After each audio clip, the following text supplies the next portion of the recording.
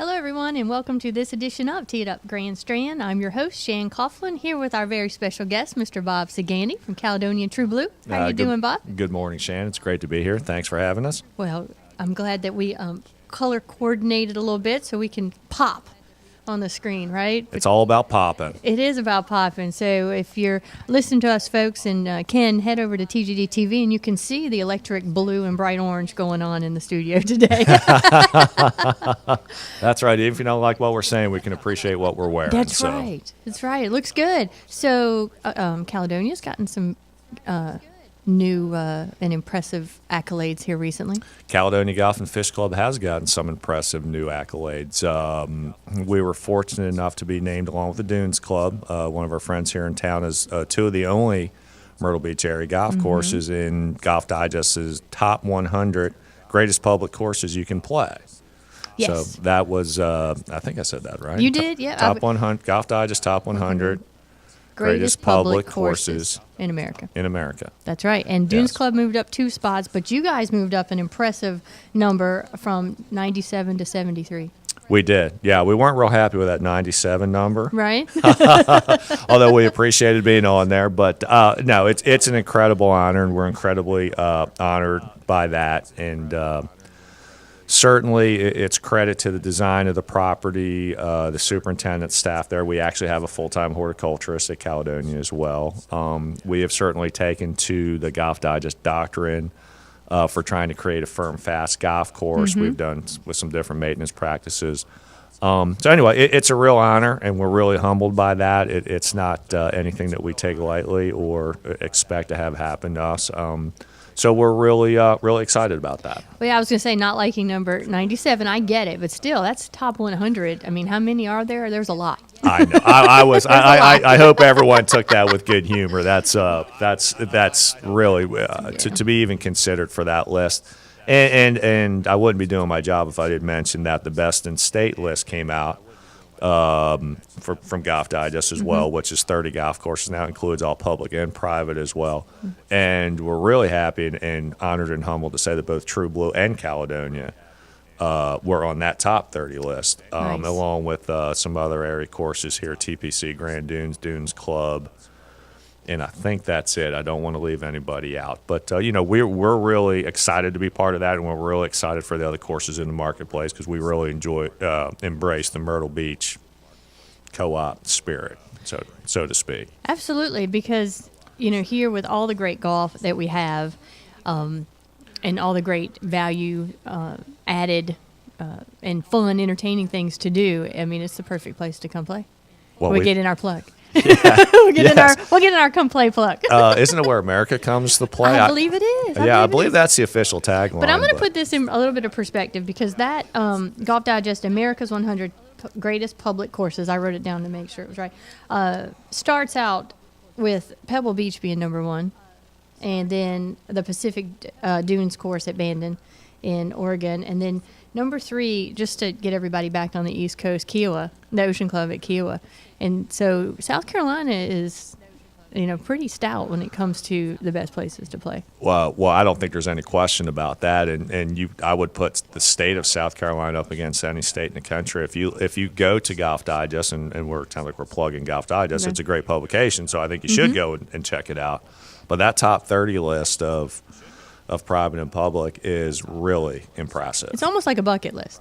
Yes. I mean, it should be a bucket list. Yeah, it's a bucket list for me, and unfortunately, I've probably only got it a third of the way through the bucket, so I need to get busy in the state of South Carolina. But I was fortunate enough to play the Ocean course many years ago, unfortunately in the rain. But I have to say that I kept it in the fairway, and that makes a huge difference there, and it was so enjoyable. That is a huge difference, and I've been fortunate enough to play there 4 times, and it's just an amazing walk, and I have to say, outside of our 2 properties, that it's my favorite golf course that I've ever played. I've played well there a couple times. I played terrible there a couple times. It's easy to do. It is, but it did, and honestly, I think it's a testament to the quality of the property and the place. It didn't matter either way. I enjoyed it immensely. I mean, the views are phenomenal. So, our little plug for South Carolina. There you go. There.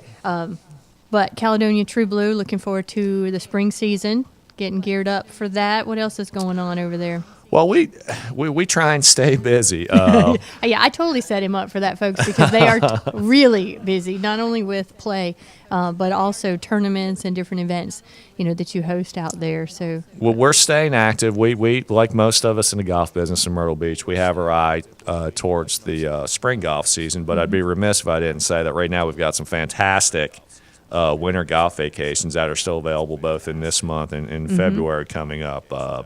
If I could throw a shout out to Caledonia Golf Vacations, Absolutely. It's a little company we do on the side, and of course the golf director has her own golf packaging business here, where we partner with you guys as well for some really great winter type golf getaway stuff. 2-night, 3-day, 4-day, 5 days, whatever. Check the forecast. If it's a good 10-day forecast, which we usually have good weather, yeah. come on down, because the courses are not.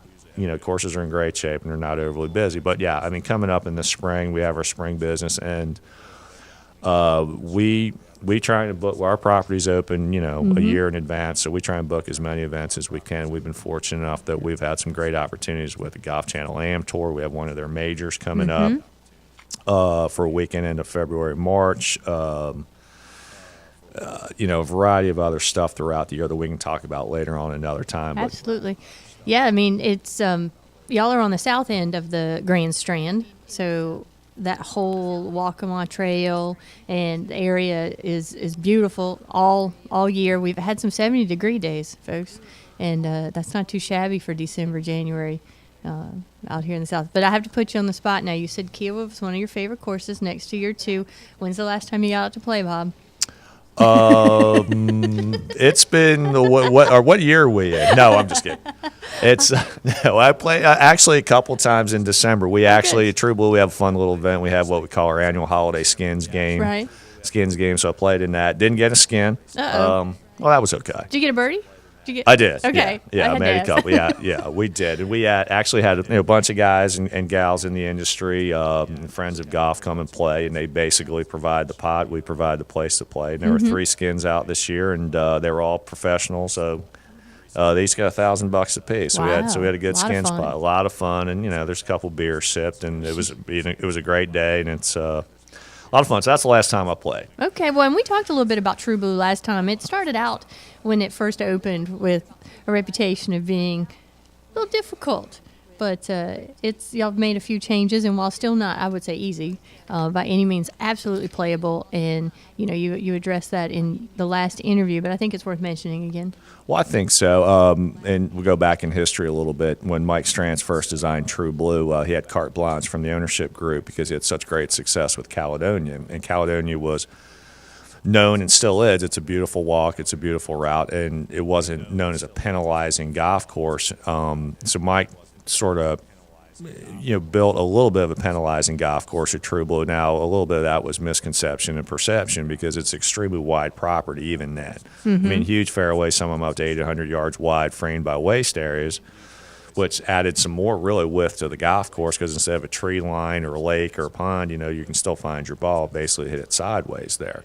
However, there were several spots that were difficult for the 18 handicapper to negotiate. Right. And, of course, the 18 handicapper is 80% of our market. So the owners had enough foresight and were willing to make some significant changes in 2000. And ever since then, we've really changed the marketing, and folks have come back and played it, said, it's a much more user-friendly design, and we really think it's a design for everybody, from the high handicapper, even the beginning, the junior golfer, all the way back to tour caliber players can enjoy the golf course. They can play from anywhere from 4,500 yards, and we put out junior tees all the way back to 7,200. So it's really a test for everybody.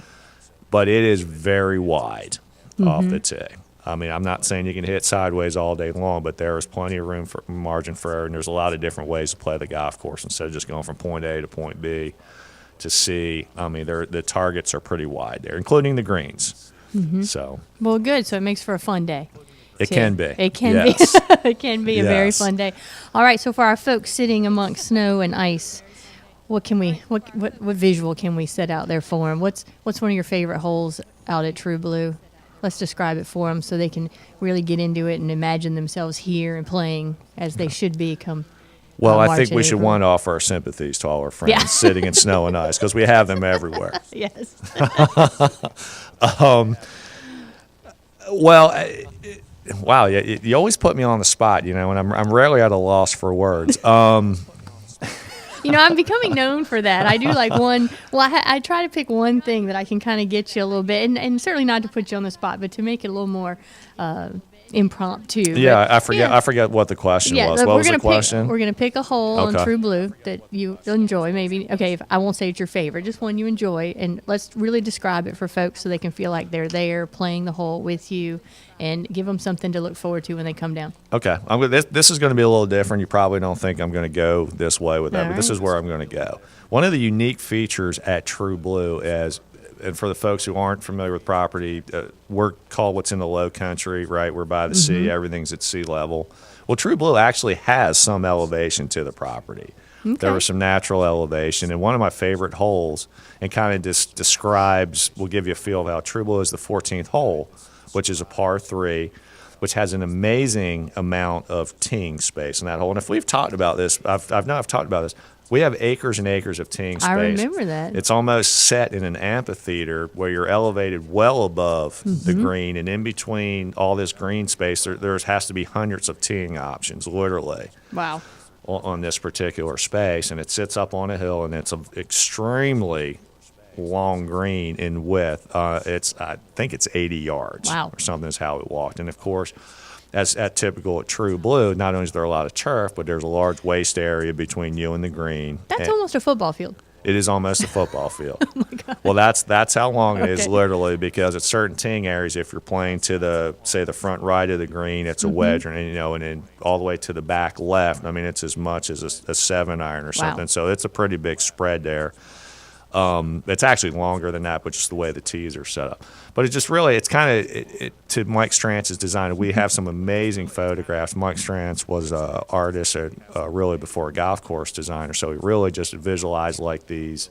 Like, it's almost like a crazy setup when you think we're so used to it, because we see, why would anyone devote that much tee space and those many teeing Right. options Right. to a par 3? But it's unique with the elevation, it's unique with the large waste area, it's unique with the huge green, and it's just one of my favorites. And it's a beautiful golf hole, whether you're looking from the tee down, but you don't look from the tee down in a lot of spots. Not in the low Myrtle country. Beach Yeah. golf courses. And I mean, it's